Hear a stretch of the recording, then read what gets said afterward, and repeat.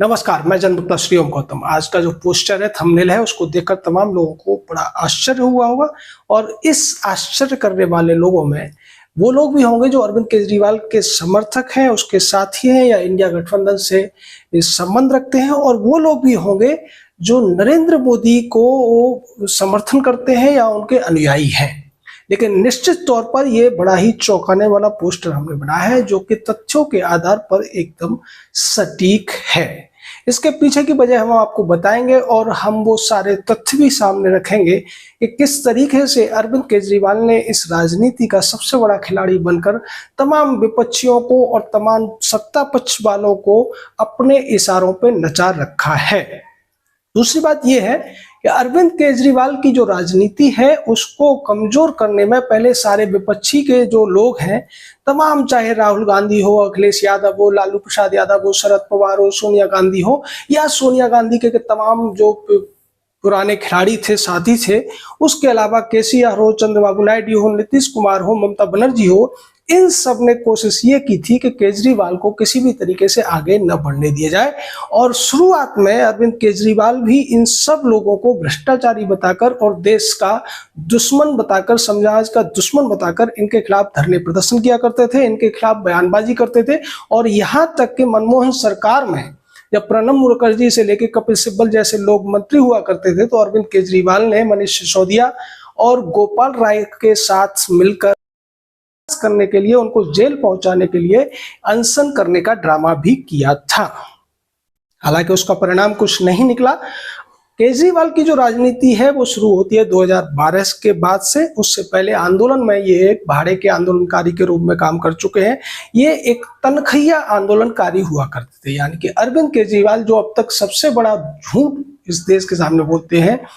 वो ये है कि ये एक आंदोलनकारी थे, भ्रष्टाचार विरोधी जो इंडिया अगेंस्ट करप्शन का आंदोलन था उसमें। लेकिन हकीकत ये है कि अरविंद केजरीवाल, मनीष सिसोदिया या कुमार विश्वास जैसे लोग उस आंदोलन में कोई आंदोलनकारी नहीं थे। अरविंद केजरीवाल की पूरी टीम जो पीसीआरएफ की नौकरी करती थी, उससे उसे सैलरी मिलती थी और पीसीआरएफ में ये पैसा आंदोलन के चंदे का आया था। इसके बाद बात हम बाद में करेंगे, कभी इस पर एक अलग से वीडियो हम बनाएंगे। लेकिन आज चूंकि राजनीति के सबसे बड़े खिलाड़ी की बात कर रहे हैं, तो जैसा हमने आपको बताया कि इंडी गठबंधन के जितने लोग हैं, सोनिया गांधी से लेकर राहुल गांधी तक, प्रियंका गांधी तक, या लालू यादव, मुलायम यादव, या मुलायम इनके जो बेटे हैं, केसीआर हैं, नीतीश कुमार जो अब भाजपा में साथ में हैं एनडीए के, या पहले वो अलग थे, उसके अलावा ममता बनर्जी से लेकर चंद्रबाबू नायडू तक, तमाम भारतीय राजनीति के जितने भी छत्रप हैं जिनके खिलाफ अरविंद केजरीवाल ने तमाम धरनेबाजी की, उनके खिलाफ बयानबाजी की, तमाम प्रेस कॉन्फ्रेंसेस की, आज वो सब लोग अरविंद केजरीवाल की वकालत करते हुए, उनका पक्ष रखते हुए नजर आते हैं। तो ये अरविंद केजरीवाल का जादू ही आप मानिए। नहीं तो देखने में ये आता है कि जो लोग एक दूसरे की टांगें खींचते हैं, वो कभी भी अगर वो गठबंधन में भी आ जाते हैं तो उनके पक्ष में बैटिंग करते हुए या उनके पक्ष में पैरोकारी करते हुए नजर नहीं आते हैं। इसके अलावा अगर बात की जाए भारतीय जनता पार्टी की, जिसके अगर प्रमुख नेता के रूप में देखें तो नरेंद्र मोदी हैं, रणनीतिकार के रूप में देखें तो अमित शाह हैं, और उससे पहले अगर देखा जाए तो भारतीय राजनीति के जो भारतीय जनता पार्टी के राजनीतिज्ञों में अगर देखा जाए इस समय वरिष्ठता के क्रम में, तो राजनाथ सिंह आते हैं। राजनाथ सिंह को भी अरविंद केजरीवाल गच्चा दे चुके हैं और टोपी पहना चुके हैं, उनका भी फायदा उठा चुके हैं। और भारतीय जनता पार्टी जब से सत्ता में आई है, उसके बाद मनमोहन सिंह की सत्ता जाने के बाद नरेंद्र मोदी जब सत्ता में आए, तो उन्होंने शुरुआत में, नरेंद्र मोदी और अमित शाह की ये रणनीति थी कि केजरीवाल को बढ़ने दिया जाए और इसको दिल्ली में रोकने की कोशिश की जाए। इस कूटनीति के तहत जब से नरेंद्र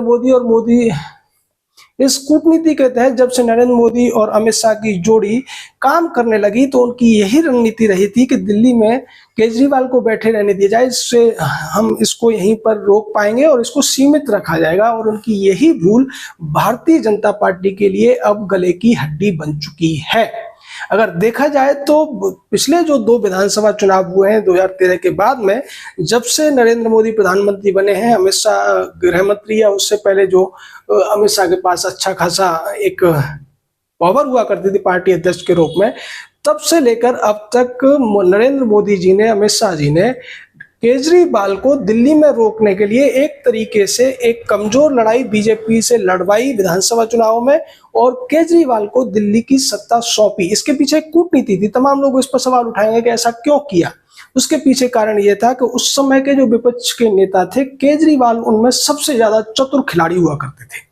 और भारतीय जनता पार्टी को यह लगता था कि अगर इस खिलाड़ी को दिल्ली में नहीं रोका गया तो ये पूरे देश में इस तरीके का प्रपंच फैलाएगा, तो इस तरीके का तमाम ड्रामेबाजी करेगा और भारतीय जनता पार्टी को बहुत बड़ा नुकसान इससे होने वाला है। इसके पीछे की एक बड़ी वजह है। बड़ी वजह यह है कि अरविंद केजरीवाल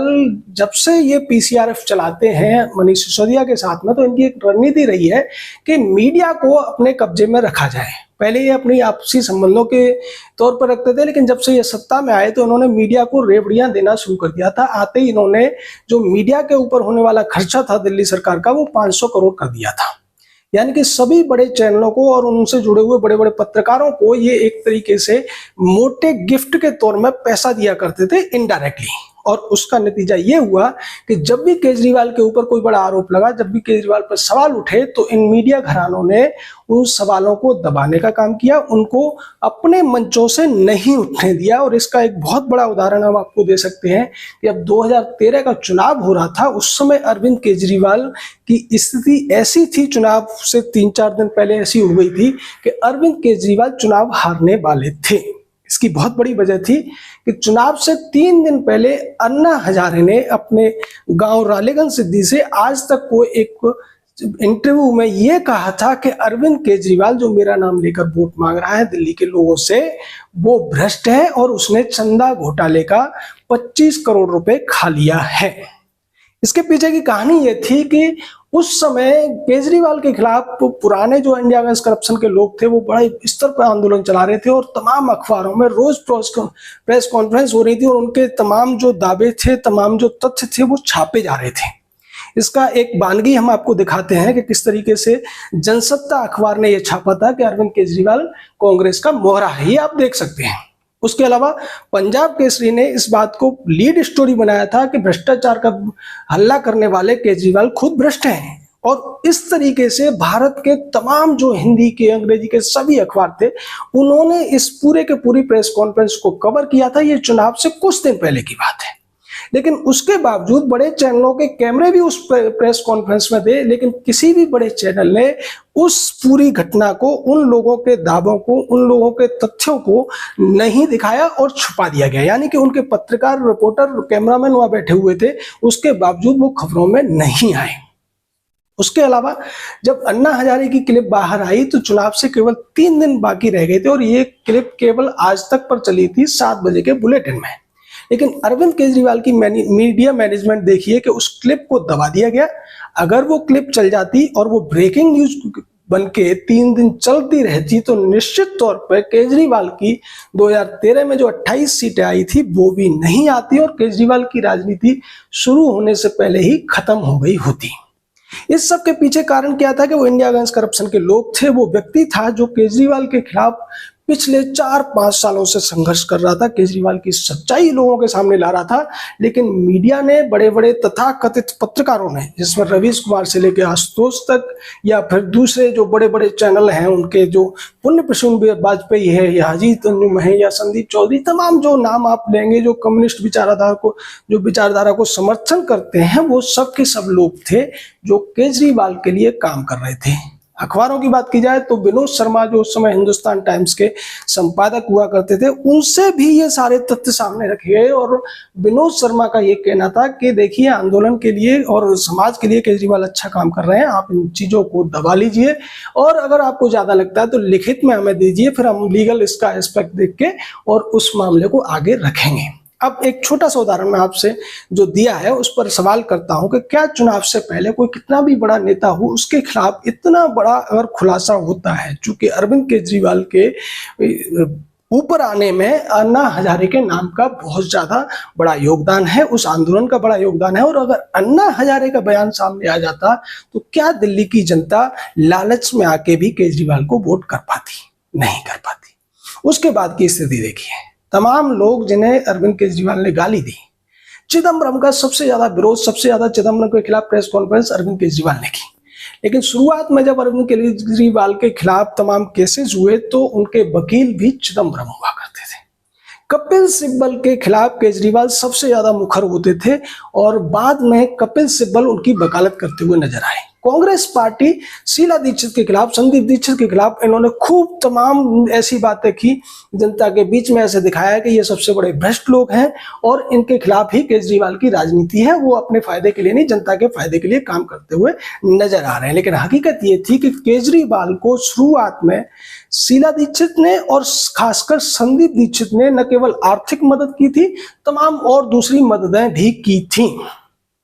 सूत्र तो यहां तक बताते हैं कि शुरुआत का जो चुनाव हुआ था 2013 का, उसमें कांग्रेस पार्टी ने ही केजरीवाल को फंड किया था, क्योंकि कांग्रेस को यह लगता था कि उनकी सत्ता में वापसी तो संभव नहीं है, लेकिन अगर केजरीवाल को आगे बढ़ा दिया जाए, उसको पुशअप किया जाए और मीडिया का भी साथ इसमें मिल जाएगा, तो निश्चित तौर पर भारतीय जनता पार्टी को सत्ता में आने से दिल्ली में रोक दिया जाएगा, जो वास्तव में उनका प्रयोग एक तरीके से लगभग सफल हो जाता अगर इंडिया अगेंस्ट करप्शन के वो लोग सामने नहीं आते जो तथ्यों के साथ जनता के सामने की बातें रख रहे थे। लेकिन उसको भी चूंकि उस समय सोशल मीडिया नहीं थी, बड़े इलेक्ट्रॉनिक चैनल थे जिन्हें मैनेज कर लिया गया था। अब मैं जो आपको अभी चर्चा की थी आज तक वाली उस क्लिप की, उसको दबाने के लिए बाद में खबरें ये आई थी कि आज तक चैनल को करोड़ों रुपए मिले थे। आज तक वाले इस बात के ऊपर हमारे ऊपर दावा कर सकते हैं, डिफेमेशन का केस कर सकते हैं, हम कोर्ट में साबित कर देंगे कि हाँ उन्होंने इसके लिए पैसे खाए थे। खैर ये अलग बात है, उन चैनलों की बातें भी बाद में करेंगे। केजरीवाल पर हमारे पास इतना सारा मसाला है कि उस पर हम एक किताब भी लिखने जा रहे हैं और उस किताब में भी तमाम तथ्यों को हम सामने रखेंगे, सबूतों के साथ सामने रखेंगे, तमाम जो दस्तावेज हैं उन सब के साथ रखेंगे। एक और बड़ा खुलासा मैं आपको चलते चलते इसमें बता देता हूं कि केजरीवाल ने कभी भी इनकम टैक्स की नौकरी पूरी तरह से नहीं की है। ये सेलेक्ट जरूर हुए थे, ट्रेनिंग भी हुई थी और उसके बाद ये स्टडी लीव लेके तमाम साल जब तक ये दावे करते रहे कि मैं इनकम टैक्स में कमिश्नर था, जब तक इन्होंने इस्तीफा नहीं दिया था तब तक ये बिना काम के इनकम टैक्स से पैसा लेते रहे। और इनकम टैक्स के बारे में जब ये कहा करते थे कि हमने अगर इनकम टैक्स की नौकरी छोड़ी है, मैं इनकम टैक्स कमिश्नर था, वहां होता तो करोड़ रुपए कमा सकता था, इसके लेकर जब प्रेस कॉन्फ्रेंस में इंडिया अगेंस्ट करप्शन ने सवाल उठाए थे और IRS की एसोसिएशन से इसके ऊपर स्पष्टीकरण मांगा था, तो उन्होंने इसके लिए 2 दिन में लेटर जारी किया था और केजरीवाल ने इस बात पर माफी मांगी थी और बाद में उस बात का जिक्र करना छोड़ दिया था, क्योंकि IRS एसोसिएशन ने पूछा था कि आप जिस तरीके से कह रहे हो उससे तो पूरे देश में ये चित्र उभर कर आता है कि इनकम टैक्स के चाहे इंस्पेक्टर हो या कमिश्नर हो, वो सबके सब रिश्वत लेते हैं और उस रिश्वत में करोड़ों रुपए कमाते हैं। इसके बाद केजरीवाल से यह भी कहा गया था कि चूंकि आप असिस्टेंट कमिश्नर थे तो आप कमिश्नर होने का झूठा दावा क्यों करते हो, इसको बंद करो। यह भी केजरीवाल ने बंद कर दिया था। यानी कि अरविंद केजरीवाल कभी भी इनकम टैक्स डिपार्टमेंट में, IRS में, इंडियन रेवेन्यू सर्विस में कमिश्नर नहीं रहे, वो असिस्टेंट कमिश्नर के तौर पर ज्वाइन हुए थे और वहीं से उन्होंने 5-6 साल 10 साल सैलरी लेने के बाद में इस्तीफा दिया था।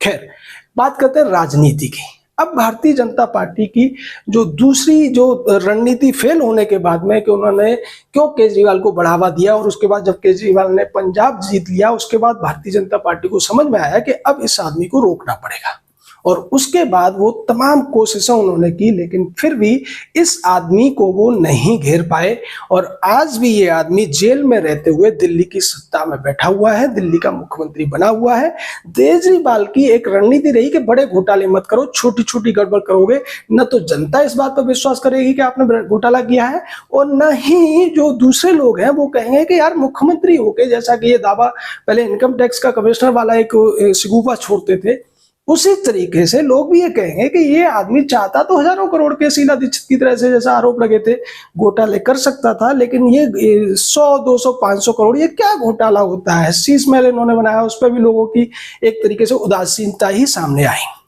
लेकिन भारतीय जनता पार्टी, इसलिए हमने कहा कि ये नरेंद्र मोदी और अमित शाह से भी बड़े खिलाड़ी हैं, उसकी वजह ये है कि इतना सब होने के बाद पिछले 6 महीने होने को आ रहे हैं, अभी अरविंद केजरीवाल जेल में है, उसके बावजूद भारत सरकार इस व्यक्ति को बर्खास्त नहीं करा पा रही है। ये जेल में है, भ्रष्टाचार के आरोप है, CBI तमाम सबूत दे रही है, ED तमाम सबूत दे रही है, उसके बावजूद भारतीय जनता पार्टी डरी हुई है, नरेंद्र मोदी डरे हुए हैं इस व्यक्ति से कि अगर हमने इस व्यक्ति को बर्खास्त कर दिया तो आने वाले चुनावों में जो 4-5 महीने में दिल्ली में होने वाले हैं, कहीं ये दोबारा से सत्ता में न आ जाए। यानी कि यहाँ पर